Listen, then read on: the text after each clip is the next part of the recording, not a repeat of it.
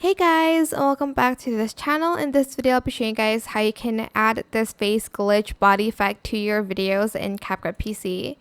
So, whoops, I have this video here and I'm just going to set it to the correct frame ratio real quick. Go to effects and select the body effects section and you're going to type in glitch face. And you're just going to find it. Can I find it in the body effects section and not the effects section? Okay, I think I'm just gonna scroll down until I find it. It's here, basically. It's in trending, but you're just going to select the face glitch one. You're going to select it and you're going to drag it to your video like so. Here you can edit the effect a little bit. You can adjust the atmosphere. You can also change the color. I'm just going to choose for this pink one.